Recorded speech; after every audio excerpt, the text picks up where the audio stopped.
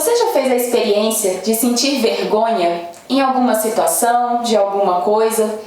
Ou ainda, você já parou para pensar no que é o vazio no seu coração que vira e mexe, aparece aí, tenho certeza, assim como aparece no coração de toda pessoa humana? Ou qual é o motivo que explica o nosso desejo de nos relacionarmos uns com os outros? Pode parar para pensar, quando estamos sozinhos, quando temos uma notícia boa, quando estamos tristes, nós somos impulsionados naturalmente a buscar a relação com o outro. De onde vêm estas experiências? O que explica? É sobre isso que nós vamos falar nesse vídeo de hoje. Com muita alegria nós retornamos, a partir deste vídeo, ao projeto da leitura comentada do livro Teologia do Corpo para Iniciantes. Esse livro aqui, do Christopher West, que traz, de uma forma muito simples, esta mensagem da Teologia do Corpo de São João Paulo II. Um livro que eu tive a graça de traduzir em 2018, que foi lançado no Decor Brasília, Simpósio de Teologia do Corpo, que tivemos com o Christopher West aqui em Brasília. E ficamos por alguns meses parados neste projeto, mas agora queremos retornar e já queremos te convidar a assistir os vídeos anteriores, se você não assistiu, a se inscrever aqui no nosso canal, a ativar as notificações, porque vamos lançar com frequência a continuação desta leitura comentada. Então, ative as notificações, nos ajudem a divulgar também, convide os seus amigos, as pessoas que você deseja que também sejam alcançadas por esta mensagem da Teologia do Corpo, para nos acompanhar aqui no canal do Decor Brasília. Nós paramos na página 49 do livro, falávamos do chamado que São João Paulo II nos faz no início, nos primeiros ciclos, no primeiro ciclo das catequeses da Teologia do Corpo, a retornarmos ao princípio, a olharmos para aquelas experiências do homem e da mulher lá na criação, antes do pecado original. E é sobre estas experiências que nós vamos falar neste vídeo.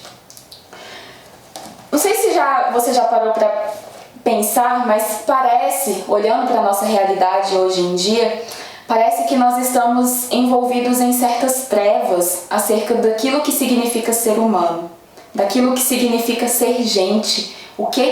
Quem sou eu? Para onde eu vou? Qual é o sentido da minha vida? Como eu faço para ser feliz? Como eu vivo estas tensões, as batalhas no coração que nos aparecem todos os dias?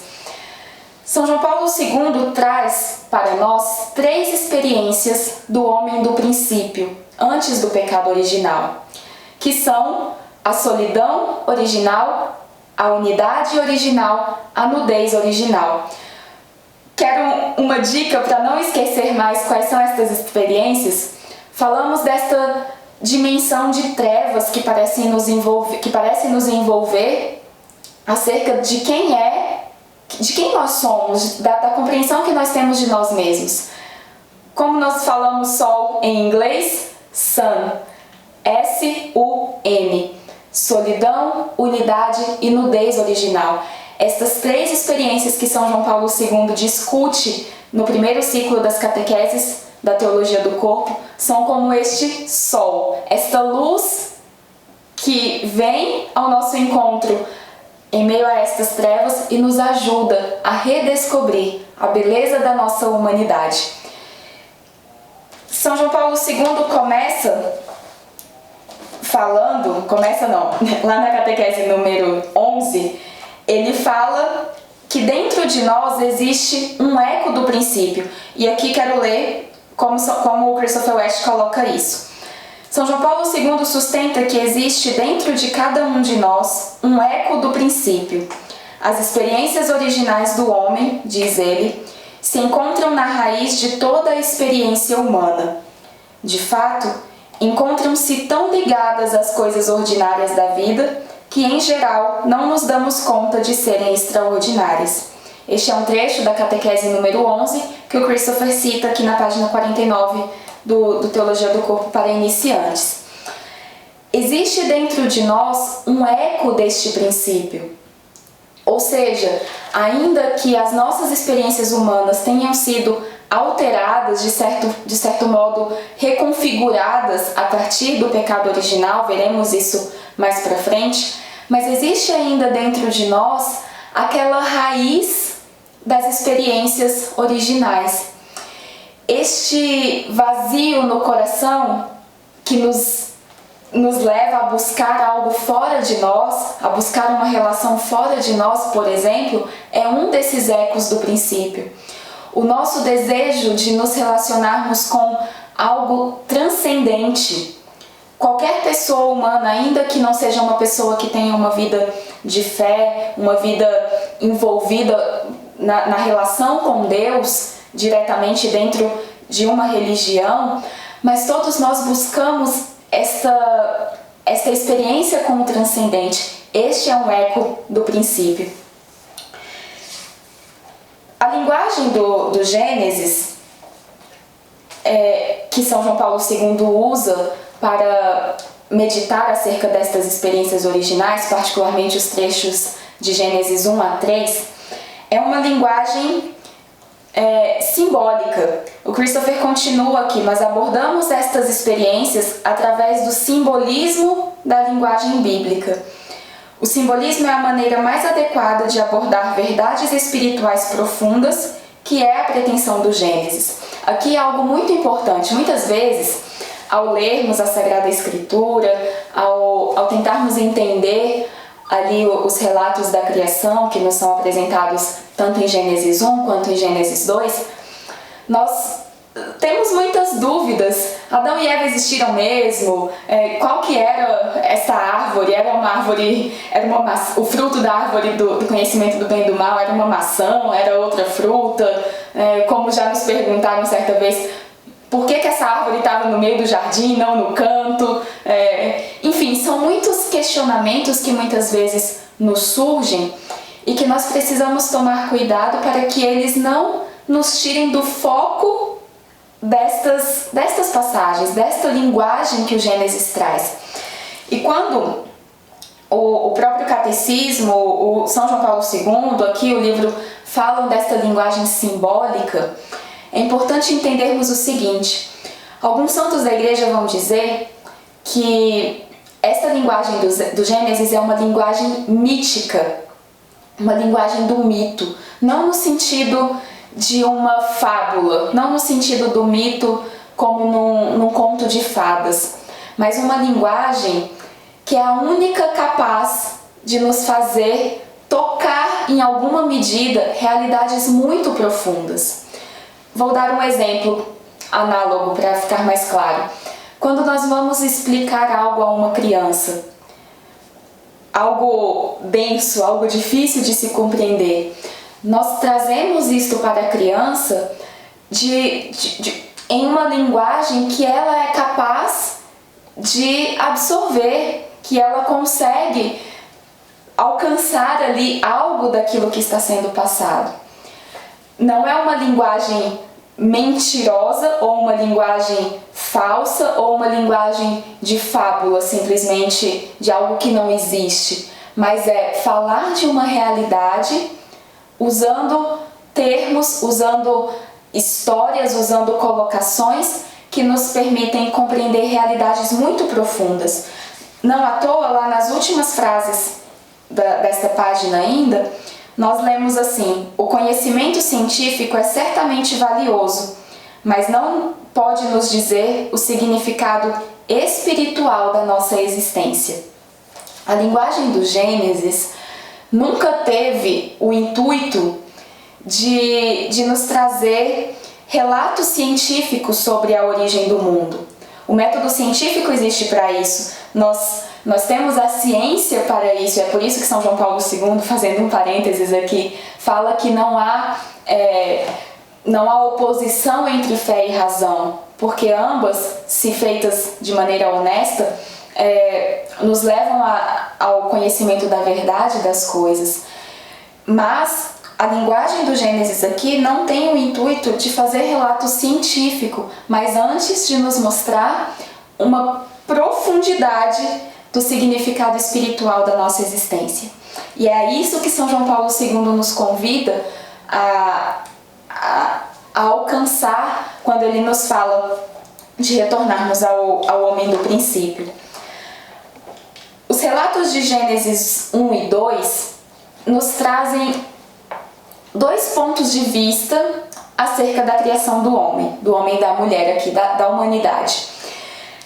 Gênesis 1 é uma linguagem que é mais objetiva. Nós poderíamos pensar assim: existe aqui a história da criação, o fato da criação do homem e da mulher.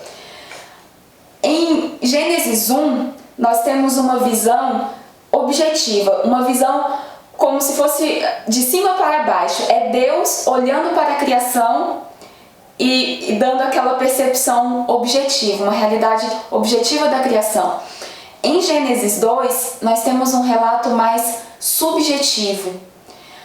É como a humanidade olhando aqui de baixo para cima e percebendo esta mesma realidade. Por isso que são histórias, de certo modo, diferentes, mas que tratam do mesmo assunto, do amor de Deus ao nos criar homem e mulher. São dois pontos de vista acerca dessa criação. E a partir destas duas visões, nós conseguimos entender aquilo que nós somos. Quando São João Paulo II fala "no princípio não era assim", alguns padres da igreja, mais especificamente, deixa eu pegar aqui para falar para vocês direitinho, São Basílio e Santo Ambrósio, alguns santos da igreja, falam que este termo "no princípio" poderia muito bem, nas nossas meditações, este termo poderia ser substituído pelo termo "no Verbo", no Cristo. É nele que as coisas acontecem, é nele, por ele, com ele, que a criação do homem e da mulher acontece. Ele, segunda pessoa da Santíssima Trindade, estava ali presente, junto do Pai e do Espírito, no momento em que você foi criado, em que eu fui criado. E é esta presença do Filho, a sabedoria divina que depois, na história da criação, se fará homem para nos revelar aquilo que nós somos. Aqui é algo importante, porque na teologia do corpo, São João Paulo II usa alguns textos-chave como apoio a estas meditações. E aqui, de modo muito particular, ele usa a Gaudium et Spes, documento do Concílio Vaticano II, especialmente nos números 22 e 24. E quando nós falamos deste princípio como o próprio Verbo, o próprio Logos, o próprio Cristo, nós podemos fazer um paralelo com o número 22 da Gaudium et Spes, em que nós lemos: na realidade, só no mistério do Verbo encarnado se esclarece verdadeiramente o mistério do homem. Adão, o primeiro homem, era efetivamente figura daquele futuro, isto é, de Cristo Senhor. Cristo, novo Adão, na própria revelação do mistério do Pai e do seu amor, revela o homem a si mesmo e descobre-lhe a sua vocação sublime. Olhem que coisa bonita! Ao nos convidar a olhar para o princípio, no princípio não era assim, né? Cristo nos convida a nos voltarmos a Ele mesmo. Em mim não era assim. No projeto original do Pai não era assim. Olha para mim, olhem para mim. E de forma tão bela, São João Paulo II fala que este diálogo de Cristo com os fariseus, do qual São João Paulo II parte para fazer as meditações da teologia do corpo neste primeiro painel do tríptico da história humana, da criação, das experiências originais, ele vai dizer que este diálogo não é dirigido somente àqueles homens, àqueles fariseus que estavam ali há 2020 anos atrás, não, mas é a cada pessoa humana que pisar esta terra. Ou seja, é para mim e para você. É um convite pessoal de Cristo a olharmos para Ele mesmo e olhando para Ele, Verbo encarnado, o segundo Adão, o novo Adão, nele entendermos, descobrirmos a nós mesmos e descobrirmos qual é a nossa vocação tão sublime. No princípio, isto marca o começo do tempo, marca o início do curso de uma história que passa por nós, na qual nós estamos inseridos. E uma história que tem princípio, mas que também tem um destino. E estas duas peças, elas se encaixam exatamente quando nós olhamos para o mistério do Verbo encarnado. A primeira experiência humana na qual nós vamos meditar, e que São João Paulo II medita, é exatamente a solidão original. Não é bom que o homem esteja só. Não é bom que o homem esteja só. Você já se sentiu sozinho? Você já fez esta experiência de estar, ainda que rodeado de pessoas, com um vazio no coração? Esta experiência da solidão original tem algo muito profundo para nos falar, porque é nesta experiência que nós vamos entender, começar a entender ao menos, o que é ser gente, o que é ser pessoa humana.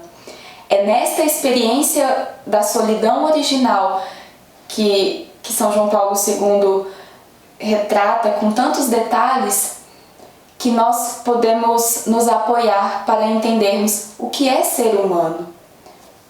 Para onde este vazio que nós sentimos no coração deve nos apontar? É para a relação com o outro? Aqui, neste plano terreno? Sim, mas veremos também que é para uma relação com o outro com letra maiúscula, para uma relação muito maior. É isso que nós vamos falar no próximo vídeo. Nós esperamos por você mais uma vez. Ative aqui as notificações, queremos deixar este convite. Inscreva-se no nosso canal, nos ajudem a divulgar, acompanhe também nas nossas redes sociais, no Instagram teologiadocorpo.decor, THSOR, no Facebook, facebook.com/teologiadocorpo.decor, e lá vocês vão encontrar também outras missões, outras iniciativas que nós temos feito para espalhar esta mensagem da teologia do corpo. Convide aquelas pessoas que você deseja que sejam também tocadas por esta maravilha de ensinamento que a Santa Igreja nos deixa. Muito obrigada por ter nos acompanhado aqui neste vídeo e nós esperamos por você na sequência desta leitura comentada do livro Teologia do Corpo para iniciantes.